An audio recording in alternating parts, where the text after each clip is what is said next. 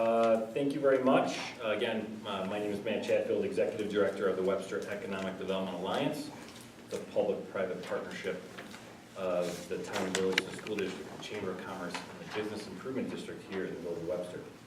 And typically we are tasked with providing assistance, technical assistance, and resources to the municipalities, town and village, towards the development of grant applications for capital funds that we request from federal and state governments.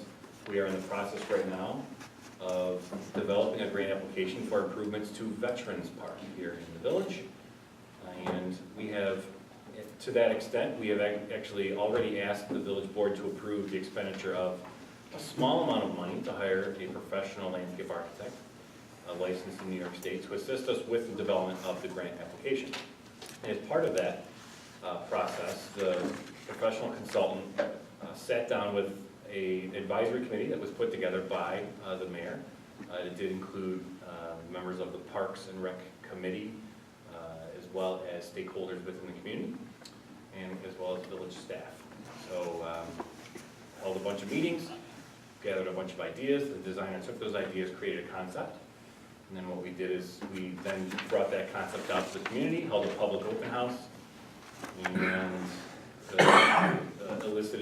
solicited more feedback from stakeholder groups, including the veterans groups in the community, and then we revised the concept. So the concept that's in front of you today is still an idea. Okay, it's an idea that should help us better prepare for the application to New York State Parks Department, New York State Parks, and the funding is the Environmental Protection Fund. And our goal is to ask for a certain amount of money to help make improvements to Veterans Park. The concept in front of you, we have also put a conceptual price on that, order of magnitude cost estimate. You should each have one in front of you. If you do not, I may have an extra copy. So the concept itself is actually, I think, is somewhat exciting. The opportunity is to enhance the space for both gatherings that could be used by the Business Improvement District, concerts in the park, movies in the park, other festivals, as well as enhance the experience for the veterans within our community by making improvements to both the Veterans Memorial, as well as providing additional improvements within the park to help tell the story about our local veterans and their experiences and their families over time. And the concept that we have come up with is called, what we're calling right now, simply, it's called the Warrior Walk, which would essentially circumnavigate that, the looping sidewalk that's in the middle.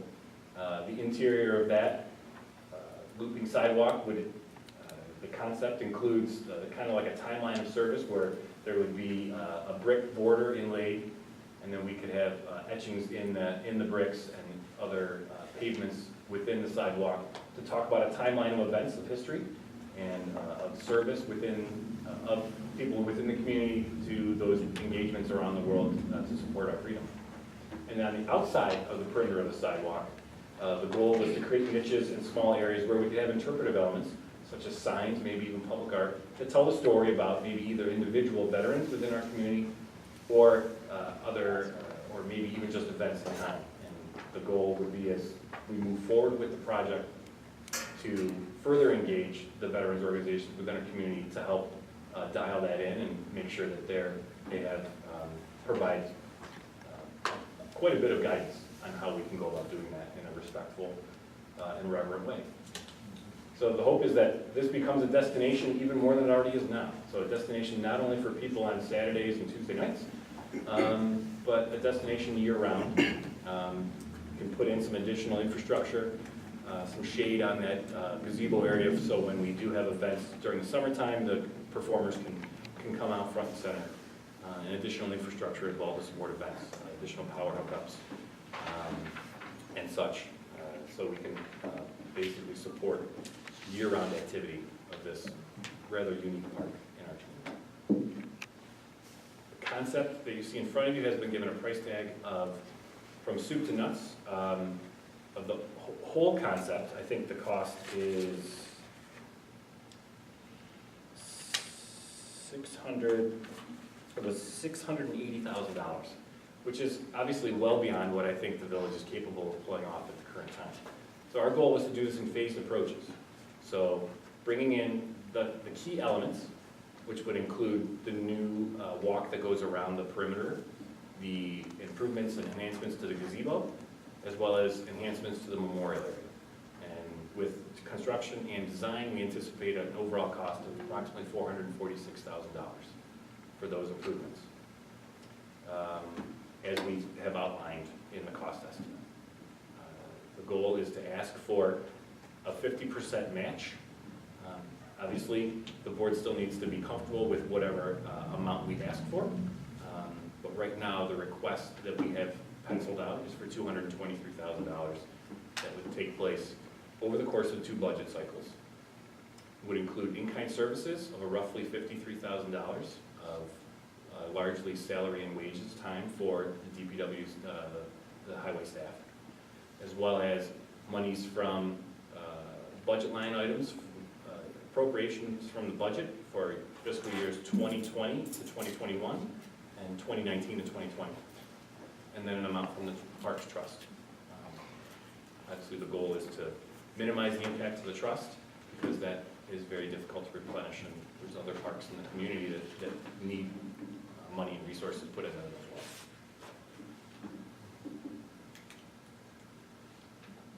So I think that's a pretty decent synopsis of where we stand today. I'd love to entertain any questions.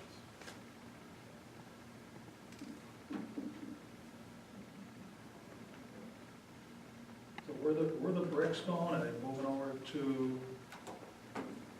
So the concept for the memorial does include relocating the physical memorial.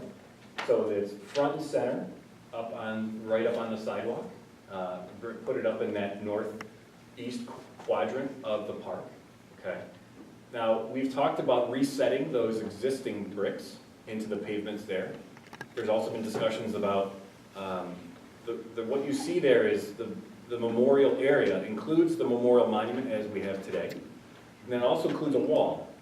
And the concept as we've come up with today is for a 30-foot long stone wall that would have a granite cap on it. And then the names that are in the bricks today would be etched into that granite. Oh.